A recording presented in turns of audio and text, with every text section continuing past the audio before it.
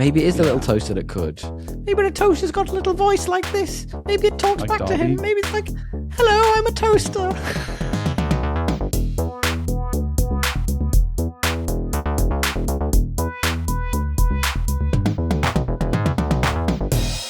Hello, and welcome back to another episode of Podcast Assemble, the show where you come for your rambling, geeky download. My name's Tommy, and I'm delighted, as always, to be joined by my friend and co-host, who is across the pond. It's DL, everybody. How are you, mate? Sleepy, but we'll get through it. Yeah, we're doing our best. Sleepy boy, how's that jet lag treating you? Poorly, very poorly. There's a big difference between our energy levels today. Yeah, I think you can see it too, but it's okay. You know, I mean, it's you learn to deal with it. The way back is always harder. That's what they say. I hear that. I don't understand it, but I hear it. Like, what's the logic behind that? Responsibility, usually, I think. Being responsible for your actions? No, I think you fly back into responsibility. Typically, you fly away from it when you're flying away. See. Yeah, that makes sense. Yeah, shit. Yeah. We're actually flying away tomorrow morning, but not as far as you. We're only going to Tassie for a week, but flying away from the responsibilities feels real nice. It's like a weight just like lifting off, you know? It feels great. There was a line in this movie that kind of like made me just like depressed for about 20 minutes, which was like which one? Something about like, can't you just like work hard during the week, count the days to the weekend like the rest, something like that. Do you remember? When yes, he was still in his, like, literally, almost state. Exactly. And Gil just goes, "That's depressing." I was like, "Oh, it is what it is, isn't it?" I didn't even register it at the time. I was just like, "Oh, this guy's an idiot." For anyone who doesn't realize yet, by the way, we're talking about Masters of the Universe this week from 2026, a movie I thought you were going to absolutely hate, but you seem to be less hatey too. I hate it. I'm just I don't hate it.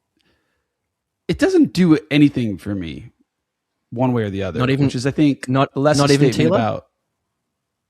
No, is she the girl? I mean, she did a lot of things for me. The main girl. Yeah. I mean, she's what is she from?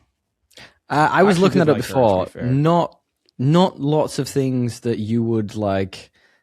She looks familiar. She looks really familiar, but you keep talking about your state of mind, and I'll search in the background. Has less to do with this movie, although like I just saw the IMDb rating and I kind of agree. It's just like, so sorry, we're cheating. You're cheating already.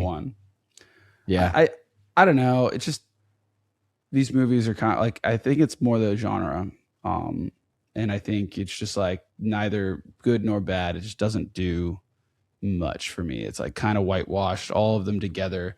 Some of them like are a little bit higher on the gradient of the whitewash. Some of them are less.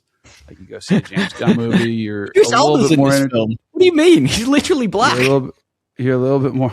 The controversy yeah, but he's like about this plays the exact same character. Like I know. It's kind of just like all like. Actually, his character's a bit different, but you get my point. Like he's like the guardian guy, and it's just kind of I don't know. It's just kind of like degrees of the same. Some bigger, some, and they stretch out a bit, but it's not like you're like stretching this much. It's like, it's like, it's not like you're stretching this much. You're just stretching a little bit. This person, Camila Mendes, has been in Palm Springs, which I watched, which I really liked. She's been in The Simpsons. I've literally seen her Do Revenge, Upgrade. But she looks so familiar. I don't know what it is. Like I'm exactly with you. I have no idea, mate. How was your travel? By Riverdale, the way? maybe Riverdale. Anyway. Did you watch Riverdale? I think my brother would have it on in the background, and so that. Yeah, right. Yeah, nice. And you were in the US? Yeah, I had to go to San Francisco and then New York for graduation. San Francisco for work and New York for my sister's graduation, and I stopped in LA at the start to see family, so it was good. The land of the free. One of many. Man, we actually had a bit of travel as well while you were away. We did Melbourne for a weekend. It was actually my birthday in between, and I went and met my good friend's newborn child, which was beautiful and lovely and surprisingly heartwarming because he's that friend that I grew up with who was the bad influence. Do you know what I mean? Like he was the one who's the bad influence on me, and he introduced me to lots of things that I never thought I would be introduced to in my lifetime. He was that person, and seeing him all grown up and being a dad, I was like, this is fucking weird. Yeah.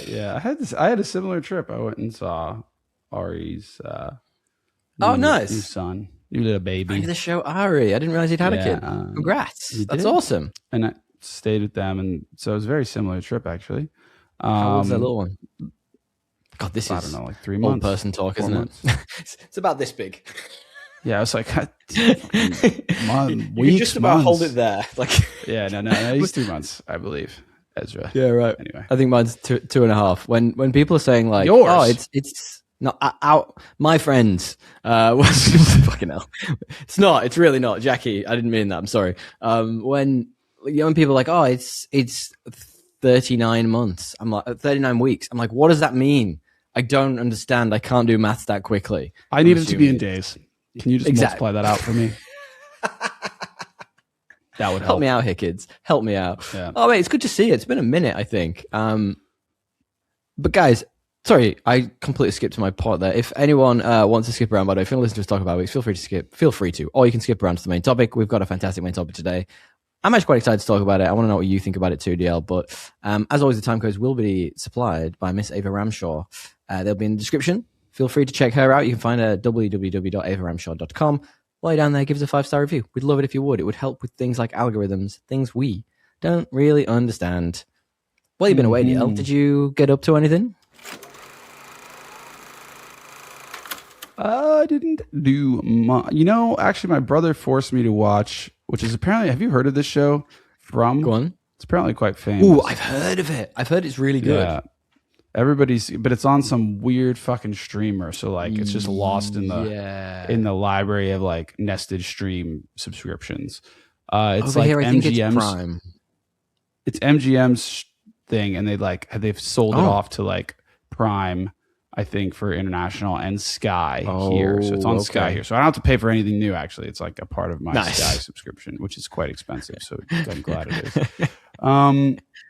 And I've seen 2 episodes. Okay, it's like one of the writers of Lost. This is why I haven't watched it, DL. It is on Stan over here, and I refuse to pay for Stan. I'm just like, nah, I'm good. I'm good. Thank you very much. Don't worry about it. Yeah, Sky is my Stan, and it has all the HBO, so I pay for it. Nice, but it is expensive. How much is Sky over there nowadays? Because it used to be expensive. It's like £25 or something. Oh, $50 a month. Shoot me in the head. But do you get like the full package? Do you get like sports and shit as well, or do you just get? No, I think sports. You have to like I upgraded to like. I should probably downgrade. I upgraded to like movies and sport, and I think it's like way more now. And I'm just saying 25, but like you could do like I think 15 or something for just shows. Oh yeah, that's what you want, right? Is it decent? Oh yeah, so I saw two episodes of it. It was quite good. What's the premise? It's like.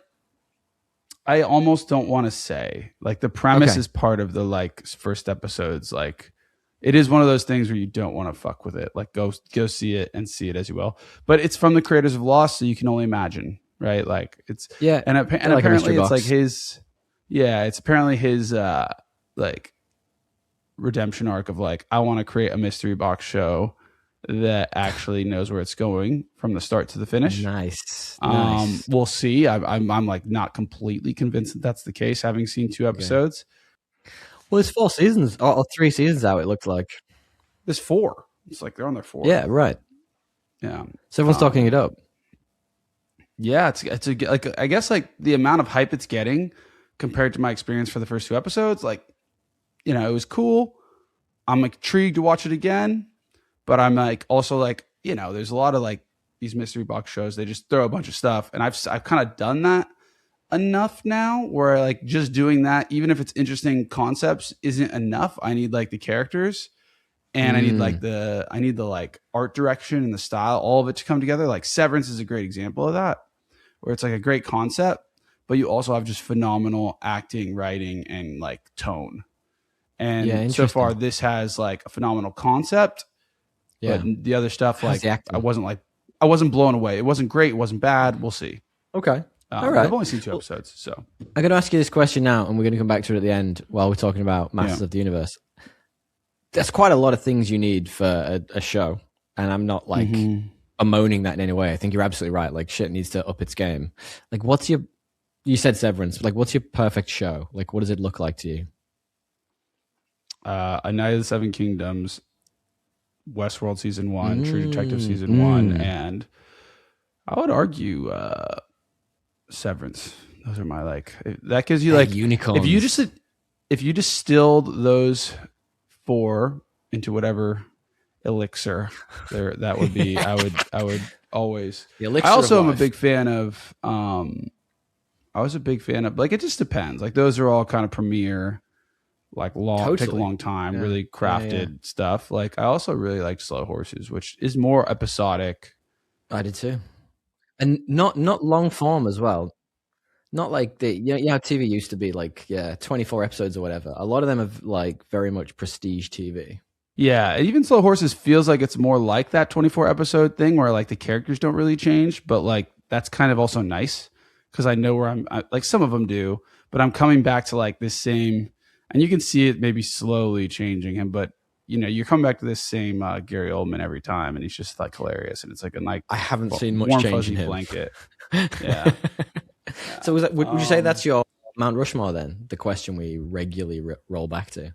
Those 4, yeah, probably something like that. I mean, Game of Thrones in general would probably be on that, but I feel like it would need to be, because that's your, like, I feel like that's your all-time fave. I was talking to someone just the other day, actually, fun enough, and they said a thing which resonated so hard with me. They were like, I'm like this close to going back and rewatching Game of Thrones. He's actually a dude I chat to in the gym a lot, top dude.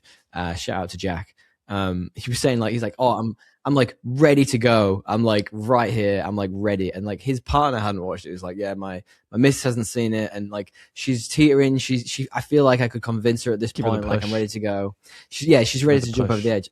And then he was like, but then I just think about those last couple of seasons and I just can't do it to myself again. I was like, Jack, quite tough. Me and you both. That said, though, Ari threw it on while he was like chilling with his son, and we were just like hanging out, and it was like nice to be back, to be honest. Like, we were watching, I think it was season 5, so not even the best one, but it was like the episode before Hard Home and Hard Home, and you know, Jamie's off in Dorne, like doing bullshit that's like fake, like not from the books at all, but like still there's like moments that in that season that like we never got in the books that are just executed perfectly. And you're like, okay, like clearly they had a chapter, or clearly they, like, George has like a really good vision for this moment, because that maybe not just that, maybe like give the writers some credit, but like the scene where Dany and Tyrion like meet, and then like she has him judge Jorah Mormont for him to test him as an advisor. Fucking great writing in the blocking. Really, like he steps up onto the, like, as he's giving his explanation there, he's the dwarf, he's small, he's at the bottom of this big call. He like steps up as he starts to advise her, and it's just like, it's just really good writing and an embodiment of like good direction, all like good like direction and character, and like all the subtlety of it all, like really, you know, it's well done. So like, it's just a bummer. It's just a big, because they clearly had skill. So you just wonder. I believe it. You just wonder. Yeah, I believe it. It's a strange one. Yeah, you just wonder, I say. And it's real sad that it's kind of ruined it for so many people. Like, and like, I will watch it eventually. I have to. Like, I've seen like seasons 1 to 5. I reckon I've probably seen more times than any single episode of a TV show I've ever seen in my entire life. Like, I've seen it a lot, like 4 or 5 times. So I feel like I just have to at some point, just to, like, perhaps it's not as bad on a like revisit. No, the end is bad. Future. No, the end is really bad. Okay. But like, I know I'm trying to convince myself, DL. But honestly, the best part of like a show is the journey towards the end, and that's what you get. That's what you have in spades. Yeah, it's really funny you say that, because the thing I want to talk about, like the thing that I've been up to, is I've been watching the final and 5th season of The Boys, and really interestingly, that has a very similar reception to Game of Thrones. Like, I don't want to ruin anything for you in terms of the actual plot, but let me just go through very quickly for you the final season in terms of its IMDb ratings. So 8 episodes. Episode 1 was 8.7. 2 was 8.3, flat 8, 7.2, 7.2, 8, and then the final 2 episodes of the whole show were a 5.7 and then a 5.5. So like you can see, and like the rest of the season is just for your understanding. So season 1, episode 7 and 8 was an 8.7 and then a 9.1. 2 was 9, 9.4. 3 was 8, 9, 8.3. 4 was 8.2, 9. So like this is like premiere TV right here, and like this is, I don't know if you've seen any of the memes. Like it definitely. How much of that is just like the satire? Sorry, go ahead. It definitely didn't. No, I just don't feel like it fulfilled any of the promises that it felt it was building up to. It's really interesting, and like you're absolutely right. Like it did almost feel like it had run out of things to satire by the end of the show. Yeah, like it had done, because it's all so real too now. Maybe it just didn't hit the same. Right, and the final season was they were effectively just mocking Donald Trump, and I was like, yeah, right, comedians can do that. Like I don't need it in my prestige TV, you know. I mean, that's kind of what they've been doing the whole time, though. For a lot of it. In many ways, it did. But, okay, so here's my real problem with it. Right, I feel like end of season 3, they fulfilled a lot of the promises that they were fulfilling in terms of character arcs. I feel like a lot of that got done. And then, so where do we go? Maybe not so much season 4, but definitely season 5. It felt like they were just manipulating things to try and force character arc stuff that had already been done. I'm like, this doesn't feel real. It doesn't feel like, you know, it doesn't feel earned in any way. So yeah, the ending, it was Game of Thronesian in terms of my feelings towards it. In fact, you know what? I'm gonna flip that a little bit. I didn't mind what they did with it in terms of spectacle. I'm not going to say any more than that because a lot of people were let down by that side of things. Like I didn't actually mind what they did with it. I just think that it just felt flat because of the lack of character growth by that point. I was like no one's getting anything out of this. No one's growing or changing. So it was interesting ending. Cool. I'm sorry to hear that because it was a strong start. But I've heard that about The Boys. I think it's also like, is the source material still going? Didn't they have to adapt it to end it? Isn't it like longer? No, they finished the comics quite a while ago. But they veered off from the comics probably in season 3, maybe. So they kind of they changed some of the core lore around 1 or 2 of the characters. So spoilers for the comics for The Boys.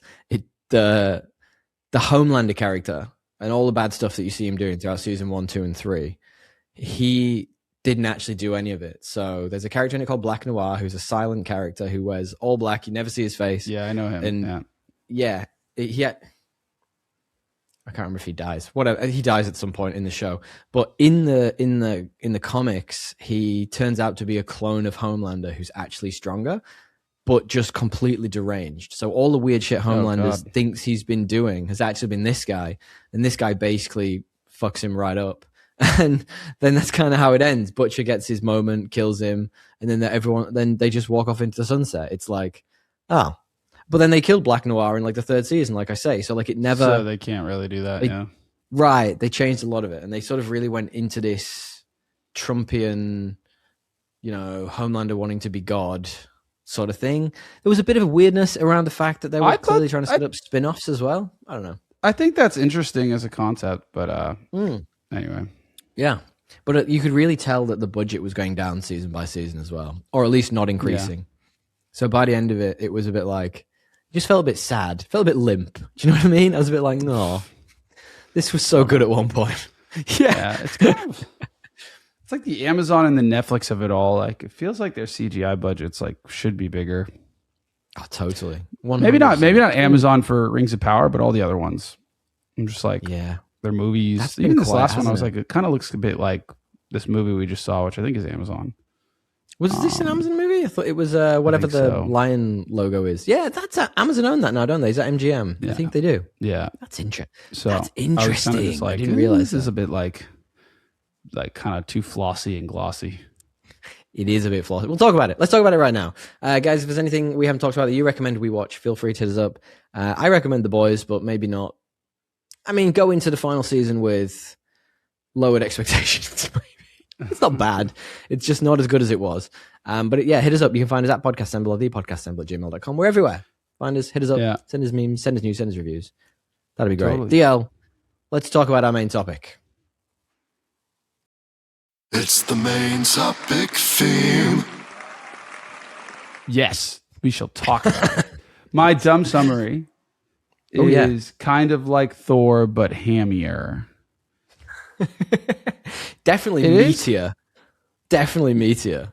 I mean, debatable. Thor and Ragnarok is like fucking yoked. Oh yeah, this is true, especially that new one. But it's like, it's kind of like the new Thor, except he's like less equipped at the start. But like very much like feels like a Thor movie in a lot of ways. I don't know if you got that vibe. Right. Did you get that vibe? Well, there's no Loki. Yeah. You know what? That's exactly what it was missing. It was missing a really good anti-hero or like bad guy. I didn't love Skeletor, so we're going to talk about it. I didn't hate him, but like he's kind of basic, isn't he? He's one note. Anyway, I'll tell you my quick super plot summary. We can get into it.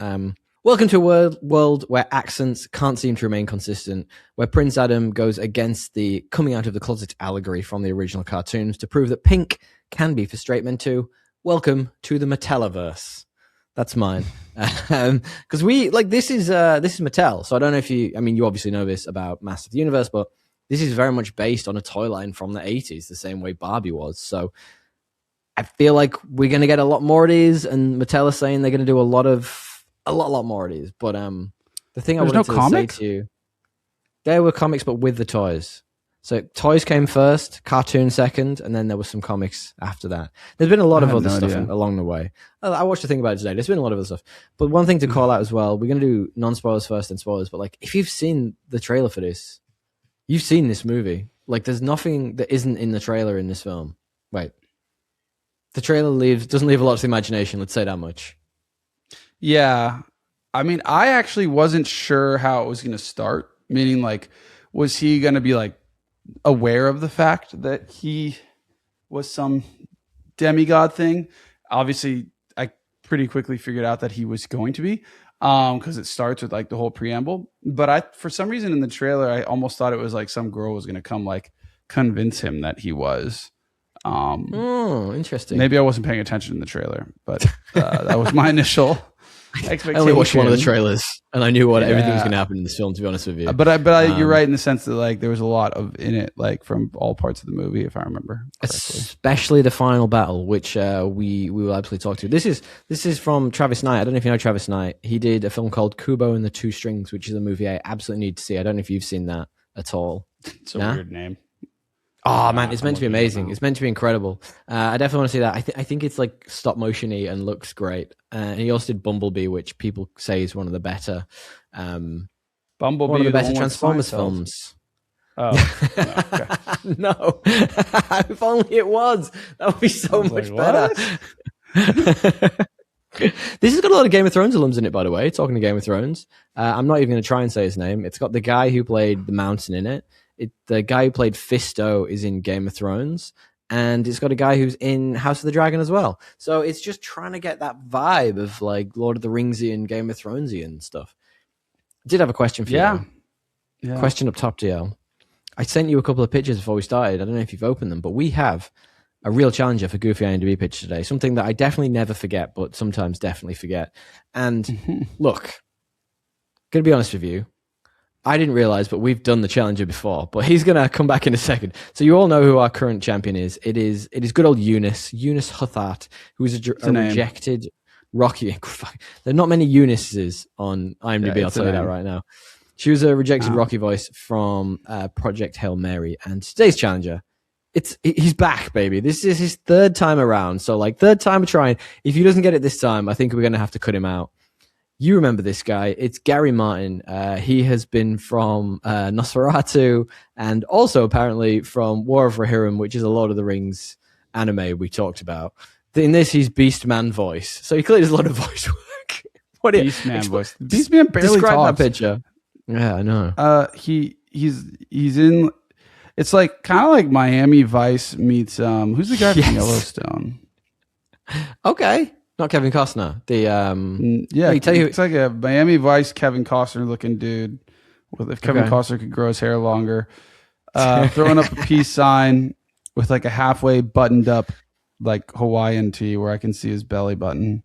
That's what I was gonna say. I think that needs to be toaster? a factor in this time. I've never. Yeah, why has he got a fucking toaster? He's got like the brave little toaster. I don't know. It looks like the brave little toaster. That you know, could. Brave Little Toaster Goes to Mars. What a weird movie that was. But that sounds that's a incredible. Google that. Google that, listeners. Brave Little Toaster Goes to Mars. Now, do you know who William Fichtner is? You would know him from The Dark Knight. He is the bank teller at the beginning. This guy reminds me of like a Temu version of William Fichtner with his belly button out. It is a wild IMDb pick, but I guess he is not known for his acting. He's known for his voice work, so I may excuse it. He has acting roles. He has acting roles, but he is more into the voice work. You mean Cute Little Buggers? Yes, whatever that is, where he has a toaster. Yeah. I think he's got to win, though, man. You think he's going to win? Got to win. Yeah, I think he's it's got a really good one. This is a wild thing to put on the internet in general. Isn't it? It's so goofy, man. It's so like unexpected. Like I've flicked through him now, obviously 3 times, if not more. And every time I flick past him, I'm like, whoa, this is exotic. I'm loving what's happening. It's like, here. What's he going for? What image are you putting out? Does the question, I mean, maybe we don't have the context. Maybe in this movie, the toaster is pretty integral. Maybe the toaster is a big part of the movie. Maybe it is the little toaster that could. Maybe the toaster's got a little voice like this. Maybe it talks like back Dobby. To him. Maybe it's like, hello, I'm a toaster. You sound like Dobby. You're basically calling this toaster a slave, which is, I mean, I don't know why you're putting aren't toasters all slaves, DL? Isn't I would say they're service tools, but slaves, slaves, service tools, euphemism, tomato.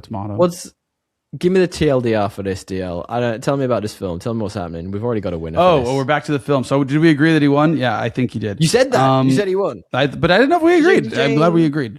I massively agree. Film, I think he's great. It's quite fun, I guess. Yeah, like, it's a great. I'm trying to like be positive, but there's a lot to like about it. Like it's got funny moments. Although the guy in my theater, there was like a group of people that were waiting for this clearly their entire life. That was one of my first questions for you. What was your theater like? Talk me through your experience. Well, we went to IMAX because it was the only time I could do. So we paid like 50 fucking pounds. But dude, I paid so much to see this film. Yeah, that's like 100 Aussie dollars, team. Just so we're aware. I wasn't quite that far, but I was pretty close. And yeah, like it's fun. It's like it's a good reversal on like the character, like the superhero stuff, in the sense that like the guy he's not really good at his job. He's not really like anything. Yeah, he's just like a dude. I mean, he's in HR. Yeah, like I loved that element of it. Like, and it even though it's not entirely believable from like just looking at him, it's grounded a bit more in like reality because of you see him as a kid and he's kind of useless, and he clearly didn't have anyone guiding him since that time. So like the premise of the movie is Asgard or whatever they call it is attacked. Close enough. Close to Eternia is attacked when he's a kid. Right before that, he's like this like kind of wimpy little kid. He's like being trained in arms by Idris Elba. Like it is literally Asgard. But he's really bad. He's not like he's undersized. He can't fight. His dad like he's always goofing around as well. Yeah, he's always goofing around. Like everyone else is like, you're the king's son. You got to get good at fighting. And he's just like, me, I'm gonna read books and goof around. No wonder he ends up in HR. Yeah, and then like as he's at this peak moment of childhood insecurity and angst, where he's pretty much useless at everything he's supposed to be good at, and his dad like bodies him in front of the entire class. Like that same day, they get like attacked, and he's separated from his family through like some portal where he loses the sword, which was his only way back, and he's stuck on Earth. They send him to Earth, and he's stuck there for 15 years before he finds the sword again. So point being, like, he never really changed from that goofy little kid, despite getting all big and strong. And so when you see him, you're like, why is this good-looking dude who's super built like such a doofus and like a nerd and like goofy? But it's somewhat believable because of like the premise they set up. And so I liked that. Yeah, I think that's the best part of the movie is like they make him very, very like unheroic and quite goofy and useless, even though he's this brawny guy. And it plays for humor for most of the film. Like he's in HR.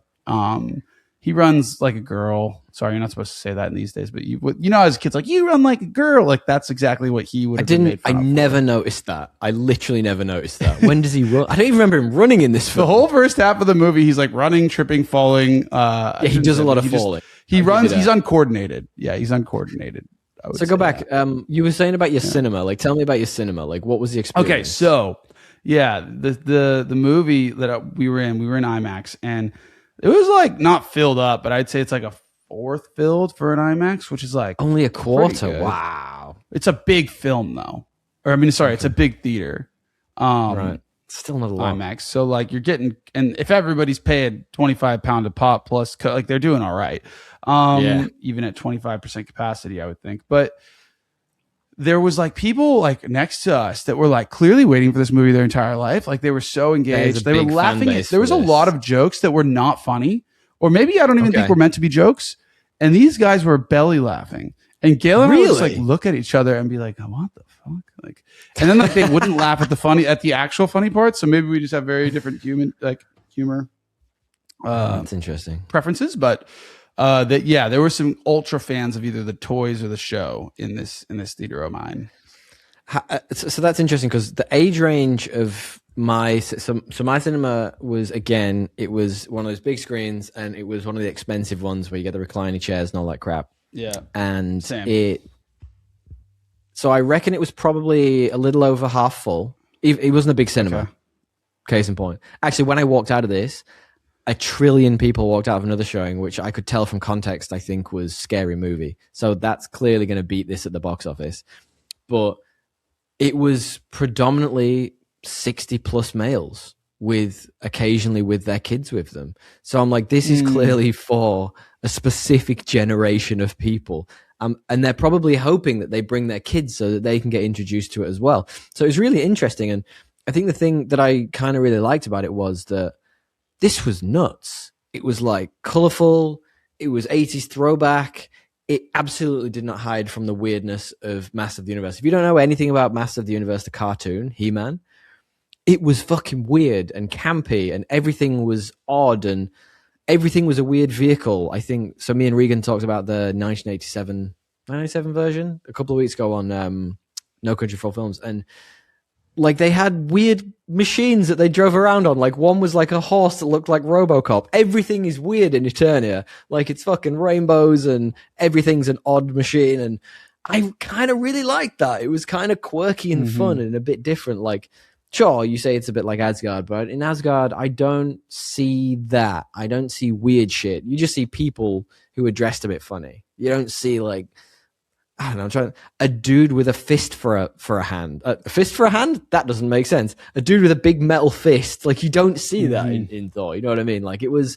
And a dude with a big, long neck. I was like, yeah, this really is not hiding from its weirdness. And I kind of like that. Yeah, no, I think, like, Ragnarok was more where I was, like, getting, like, the colors and the weirdness from. But, agreed. But I mean, like the setup, it's hard not to think. It's hard not to compare it. Some fantasy land, some god with a sword. He's got a hammer. He looks blonde. He is blonde. You know, he has a similar story of being relegated from his homeworld after an attack. It's basically the entirety of it is the same premise, minus the fact that he's lust as a kid and not an adult. God, I heard you said he's molested as a kid. I was like, that's not what Drey said. He's lost as a kid. No Fisto. No. Yeah, seriously. The Fisto joke was pretty funny. Look, this is my main problem with this film, and we're going to talk about it in a minute in more detail. But my main problem with this film was that it just lent too much on humor all the time. There was not a serious beat in the whole film, and I get it. That's the Marvelification of stuff, but it kind of got me at times. I was like,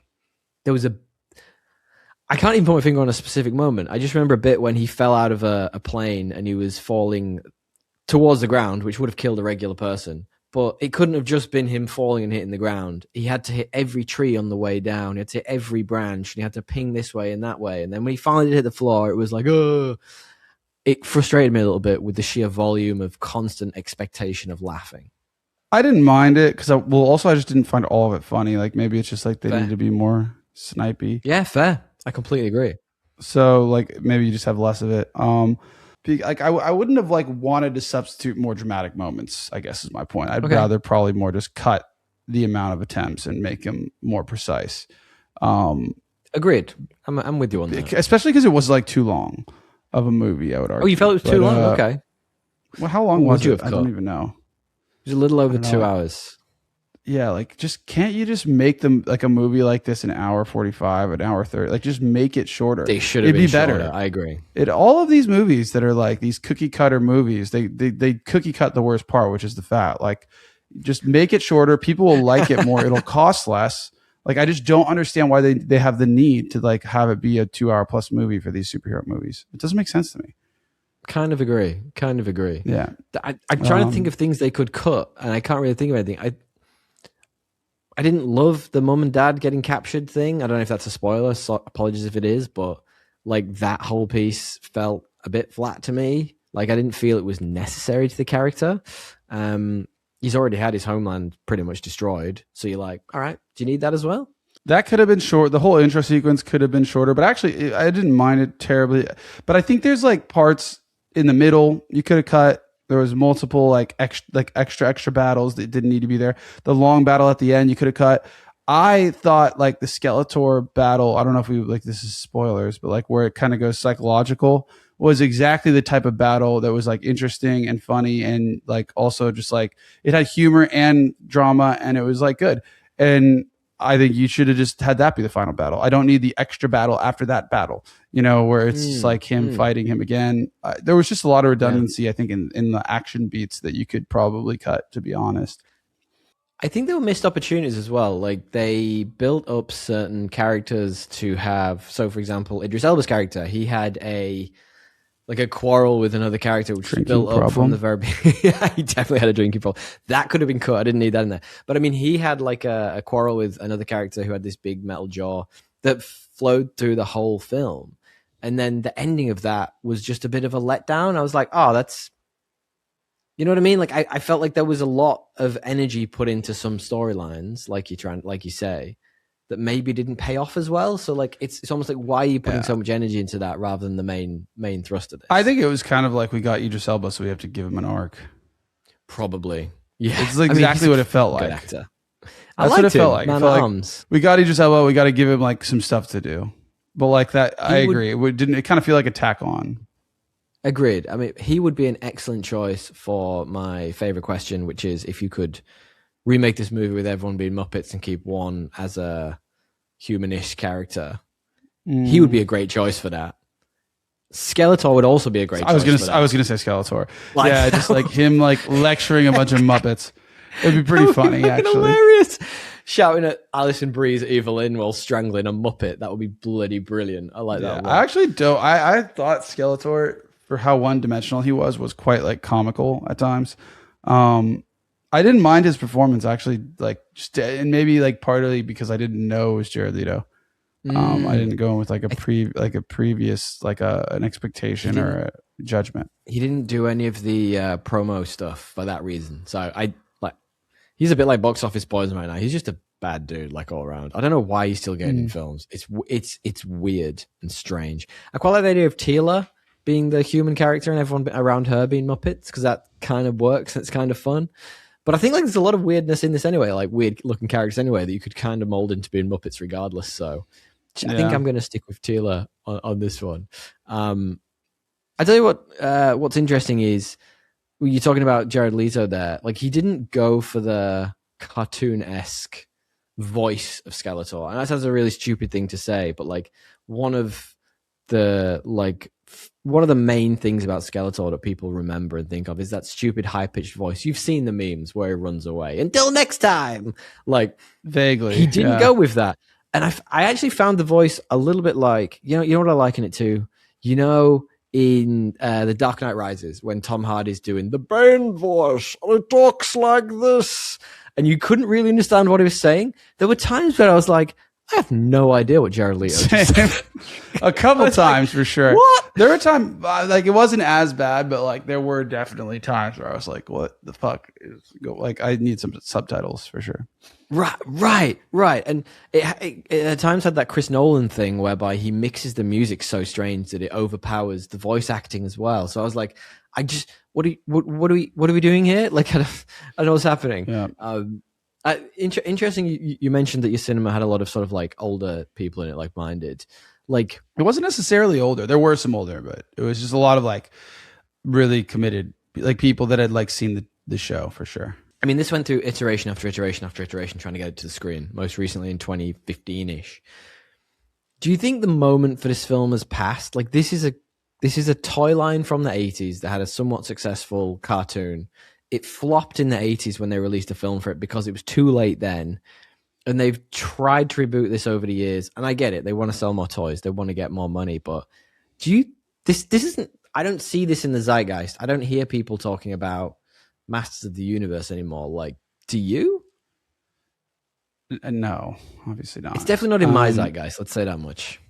No, I don't think, I don't think this is like a thing. I think they're trying to make it a thing, but that's the point of them trying to make it a thing. It's like probably, yeah. Could be, but yeah. Well, did you grow up with this? Did you have cartoon as a kid?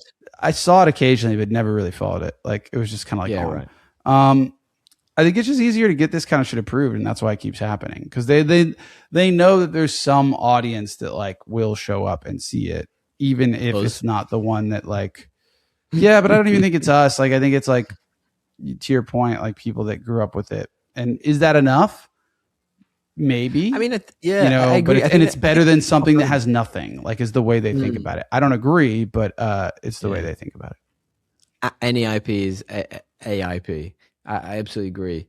And like I mentioned, there is definitely a fan base for the 80s version of this and some of the subsequent versions. But I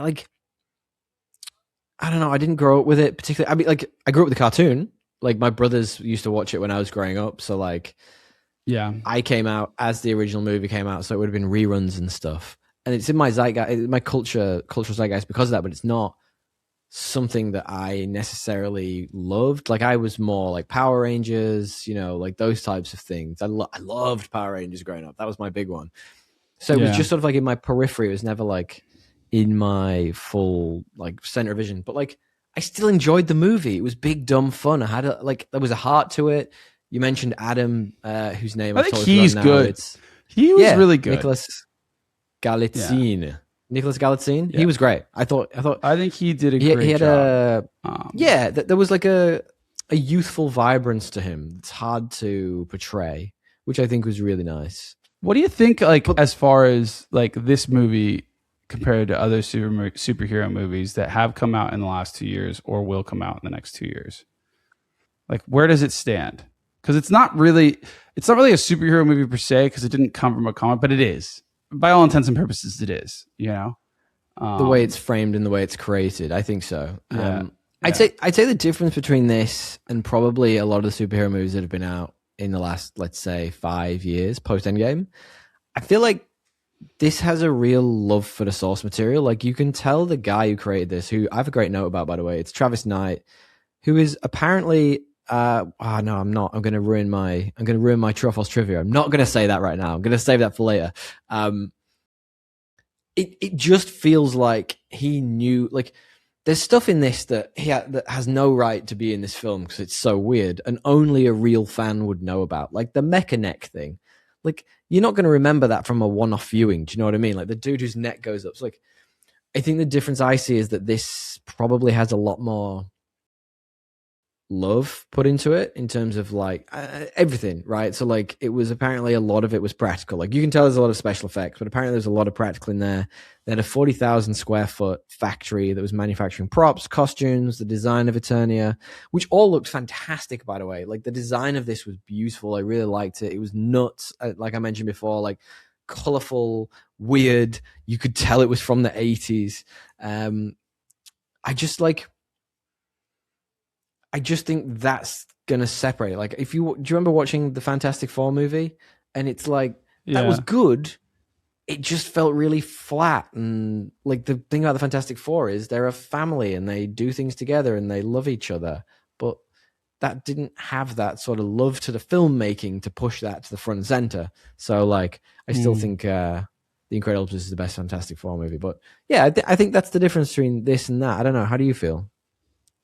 Look, I think like the Fantastic Four was one that was really good. Like I liked that movie overall. There was like upsides and downsides, but so let me not say really good. It was good. And then there's like the Superman movie, which I think was like on par, like near maybe a bit better. Film. And I think this is in the same echelon, to be honest with you. Like it might be a bit worse, but it's like a lot better than all the other Marvel stuff that's come out. I would argue. And like, to be honest, like, I think I'm just getting to a point in my age and my maturity where like these types of movies don't do what they used to do to me. Like I don't get as much out of them. Like I want things you don't that get as much HGH out of them. You're getting steroids out of them because there's like plenty of that.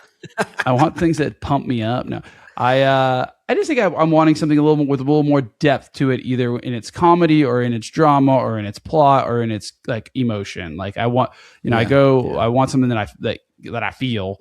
And these all whitewash for me. They don't because they're all formulaic. Like they just kind of roll off me. Like, oh, here's another one. What then is gonna make you really want to see one of these films? What can they do, or like what can they take from other films that you're enjoying right now that's going to make you go, that was a great film? I think it's just like a complete reversion. I think it's like go back to Batman, make it go back to like, meaning like go back to like a character driven, gritty, or like darkly comedic or deeply like grotesque comedy. Like this, like we're gonna try and just make $1 bazillion and market to literally everyone style movie just doesn't market to anyone, in my opinion. I think that, so like you look at like Batman too, like I'm gonna go see that, obviously. I'm excited to see that. It's gonna be an interesting acting, screenplay, and like, it's not gonna be a kid-friendly movie. Now there's kid-friendly superhero movies, and I get that those need to exist, but I just think we're like, kids are going and seeing PG-13 movies. They're going and seeing R movies. I did, you did. Like, I think they need to stop thinking about that so much and more think about like, what is the message they're trying to send, and what is like, what kind of movie like are they trying to make that's like inspired by something other than the peak age of Marvel? Is I guess what I would be looking for. Yeah, I completely agree. I think there is a trait right now. I can speak, I promise.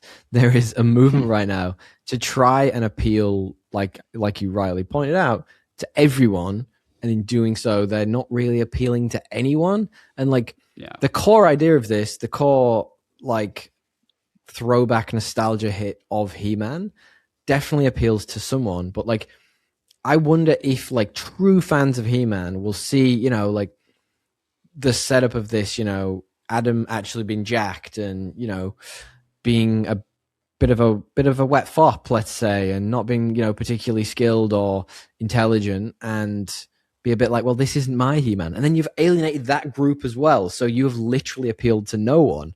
So I wonder if that's perhaps the way to go. Maybe stop worrying so much about, the algorithms and the metrics. Yeah, to be fair, that was less a criticism of like this one, because this one was like on the better end of these. He was on the better end. I agree. Yeah. But it's interesting. It's more, I think it's more just like because of what's been done before, like it wears the weight of everything behind it, and like that includes 100%. My like judgment of like my time and if I go see it and all that. I mean, you just chuck it on a pile, right? You just like at this point, it's like it's just another for the pile, which I agree. Yeah, it's interesting because another film that came out this week that I've been told is fantastic, and I really wanted to see, and I almost at the last minute flipped and said to you, should we do this instead, was The Backrooms, which was made by a YouTube creator. It's made by someone who maybe isn't hampered by the Hollywood system.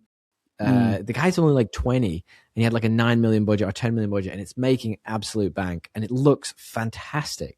It's appealing to a younger audience, the thing that Hollywood's trying to get back into cinemas because it's made by someone from that generation. It's not hampered by the things you were just talking to, trying to appeal to everyone. And, you know, like I enjoyed seeing this and it gave me a nostalgia hit that I perhaps didn't expect to get. And I enjoyed all the things.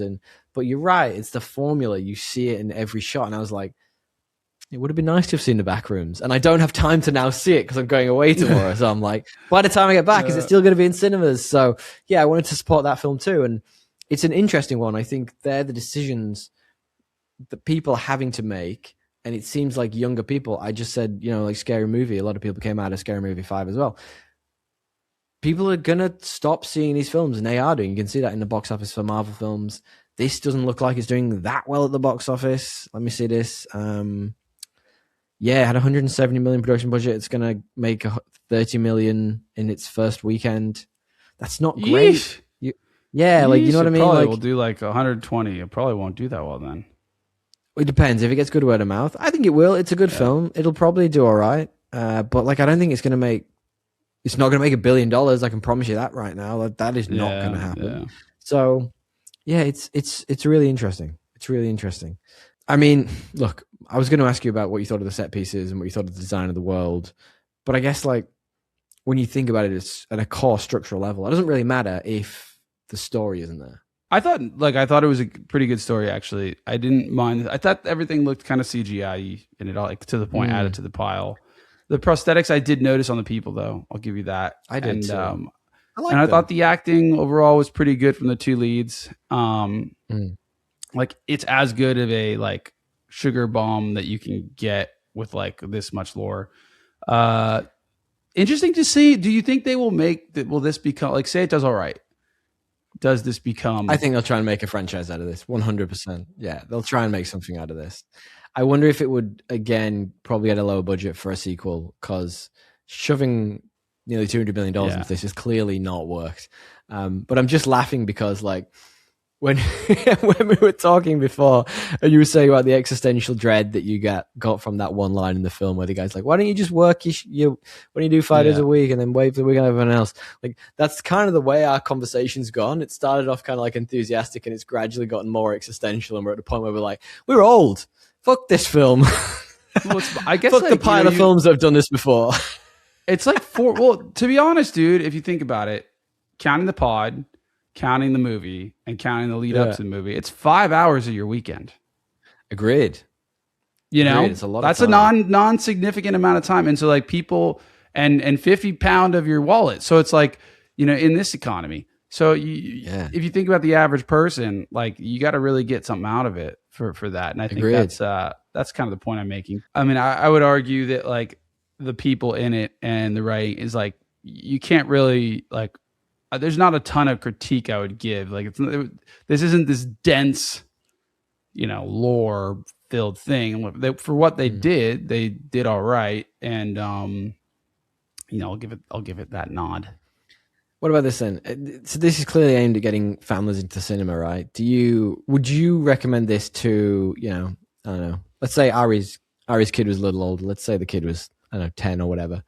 Would you say you should go and see this with your kid? Like, it's a lot of fun.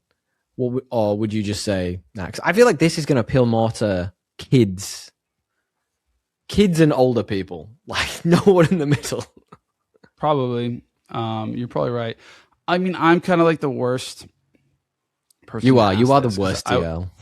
I would probably just be like showing my kid all the things I want them to watch that are free on the streamers. I would not be like spending the money to.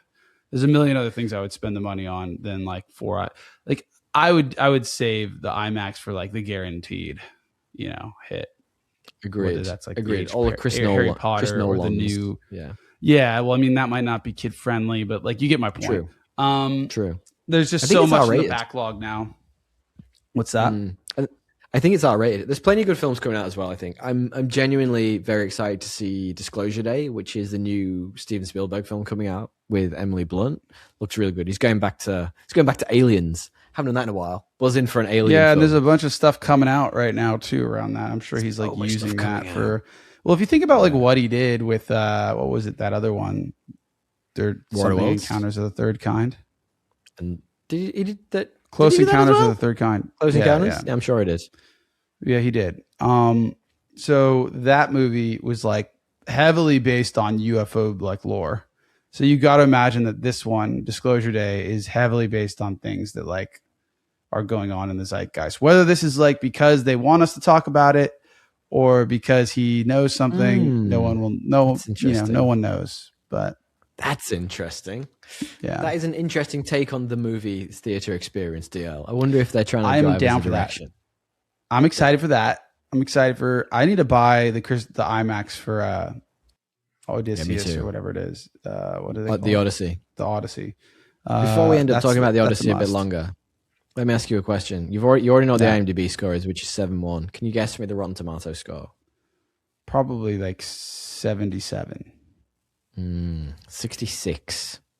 Okay. It's a little bit lower. And can you guess for me the Letterboxd score?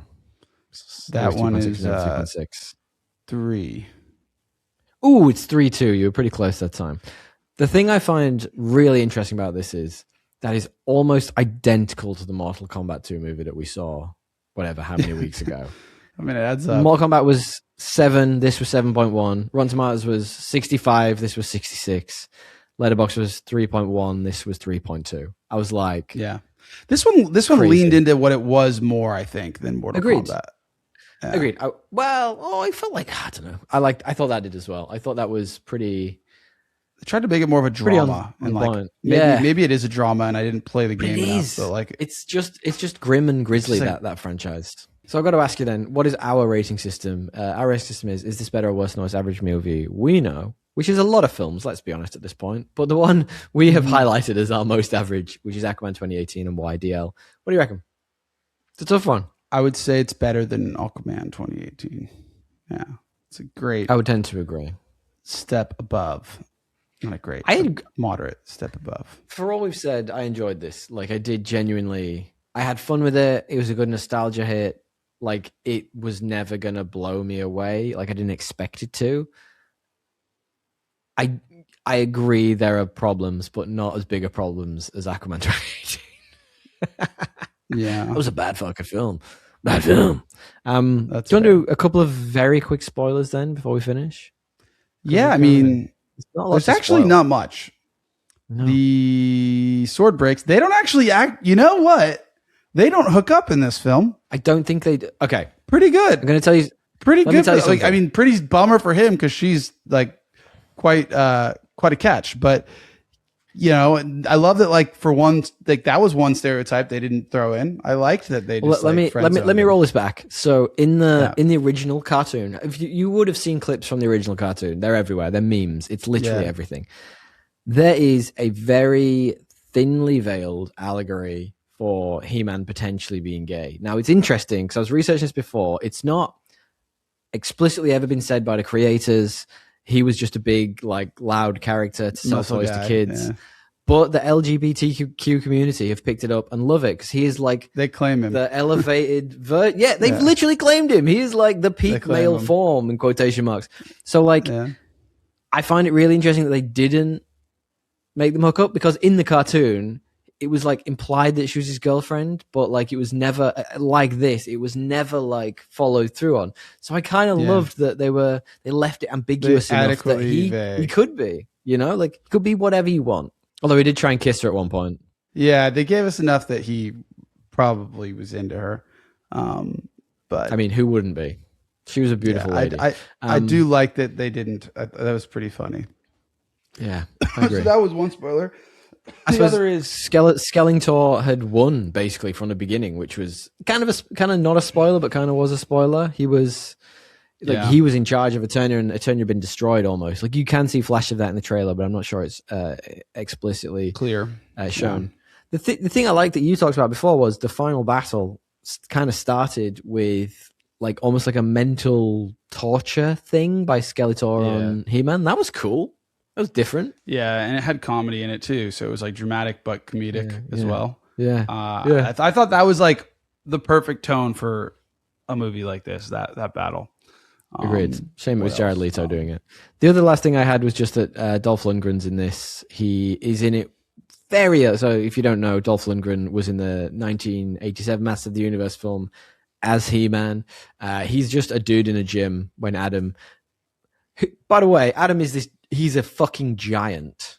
He is like bigger than any man I've ever seen. And he's in the gym going like, oh, I don't know what to do. What do you do with these weights? I'm like... Yeah, but like, it is funny because like... It's funny. I just saw him as a kid. Nonsense. Yeah, it is also nonsense. For me, I could suspend my disbelief because this guy played it. First of all, he played the goofball really well.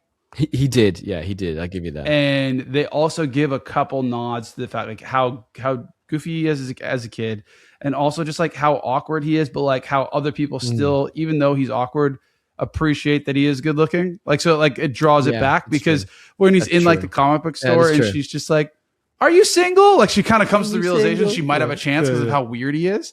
And I thought that was like, I think that does like tie you back into like it being believable or at least half believable. It's not like it's that was like one of my favorite bits actually, where he's trying to steal the sword. I thought that was hilarious. It was really good. It's like the opposite of the Hemsworth effect. Like I saw a movie once where Hemsworth was supposed to be like this nerdy hacker. I'm just like, you guys. Hackers, like he can't even pretend to play that role. It's so antithetical to like who he is. Like 100%, 100%. The person that jacked. Yeah. This guy pulls super interesting. Yeah. I 100% agree. The other thing I was going to say was I kind of expected this to do what the 1987 movie did and spend most of its time on Earth. It probably spent like a third of the time when you're setting up the character on Earth, but it didn't. There was one little fight scene there, and they fucked off back to Eternia.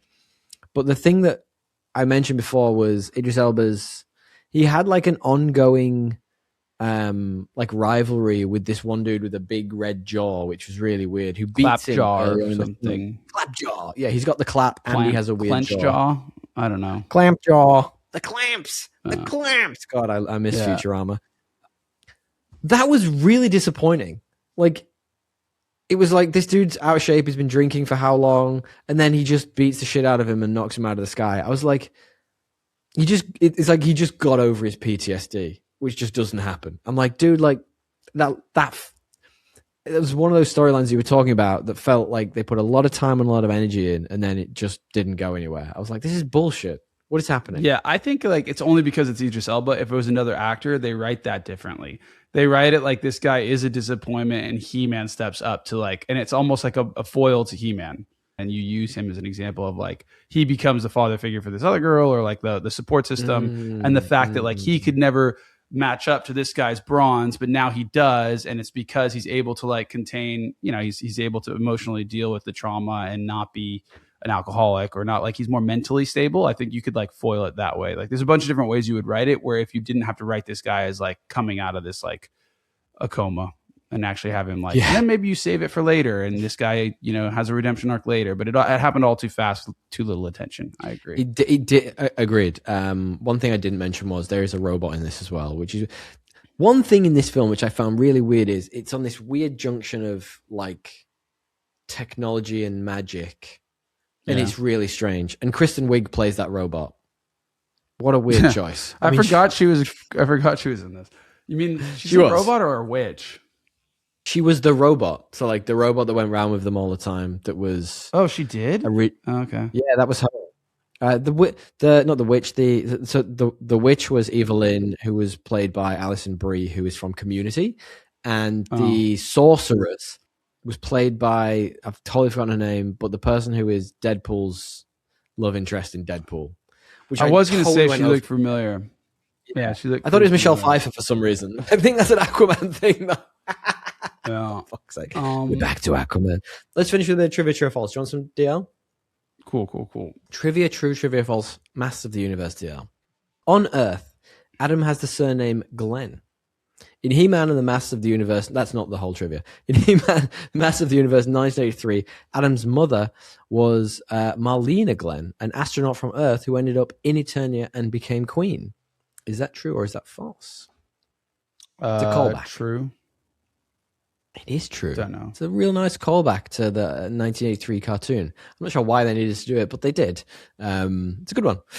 Trivia, true, trivia, false TL. Dwayne "The Rock" Johnson petitioned hard to play Prince Adam or He-Man. In 2015, after Sony bought the rights to the film, and David S. Goyer was briefly attached to direct. Johnson was inevitably passed up, though, for being too old. Is that true or is that false? I hope that's fucking true. It's not. I made it up. I got you. You bitch. I wanted that to happen. I hope it's true. Such a weird one. There was so many times they tried to get this off the ground. 2015, 2019, 2012, 2009, and it just never seemed to happen. So super interesting. Two more quick ones then. True or false? Tom Hardy was considered to play Skeletor in this. Is that true or is that false? I mean, I don't think he would do it. Maybe for the right amount of money, but I think that's false. It sounds like you're just doing the Bane thing. I'm not. It's actually true. His wife, Charlotte Riley, actually plays Queen Marlena. There you go. So I didn't even know Tom Hardy was married. I probably should have done. That's something you should know. Trivia, false, final, and last one for Master of the Universe. During Skeletor's mental attack on Adam, so the bit we talked about in the final fight scene, Skeletor appears in a gym wearing a Nike kit. Did you say Nike or Nike? Yes. I don't know. Nike.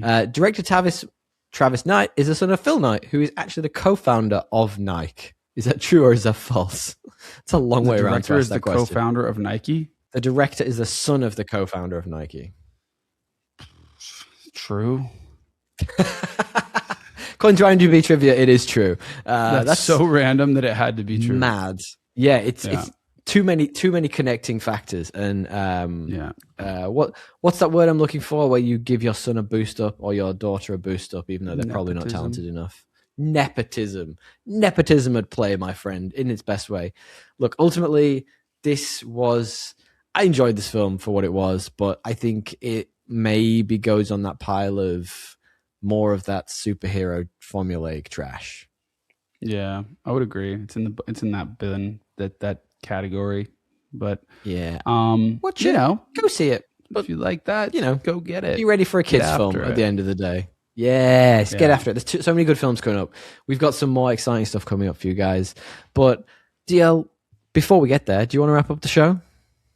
Yeah, a big thank you to Ava Ramshaw for really just mastering and editing this week's episode, and all the other good stuff you see. You can see her at avaramshaw.com. Yes, it is. I'm saying it is that. If you'd like to hear more about or learn more about her services, just share the podcast@symbol@gmail.com, podcast@symbol on Instagram, YouTube channels, that kind of stuff. We're everywhere. Hit us up. Give us 5-star reviews. It helps with everything. All that good stuff. Engagement. I just know. I don't know how I didn't notice this before, but you're whatever the light thing is that you use. Like every now and again, when you lean back, I get like 2 rings of a flash light around your eyes. And it looks like you're like Skeletor or something. I could be Skeletor. Yeah, there you go. I think that's it, man. Until next time, some good stuff coming. Can't wait to get into Troy and Odyssey and Troy. You really want to talk about Troy, don't you? I want to compare them. I think it's going to be really funny to compare them because they're going to be like. If we can fit it in before it happens, we'll do it. We'll absolutely do it, guys. You can find us at Podcast on Instagram, TikTok. We are the podcast@gmail.com. Send us an email if you're that old. If you're old enough to see this film, please do. We appreciate you. DL, tally ho. Later, skaters. Until next time. Woohoo. Bye.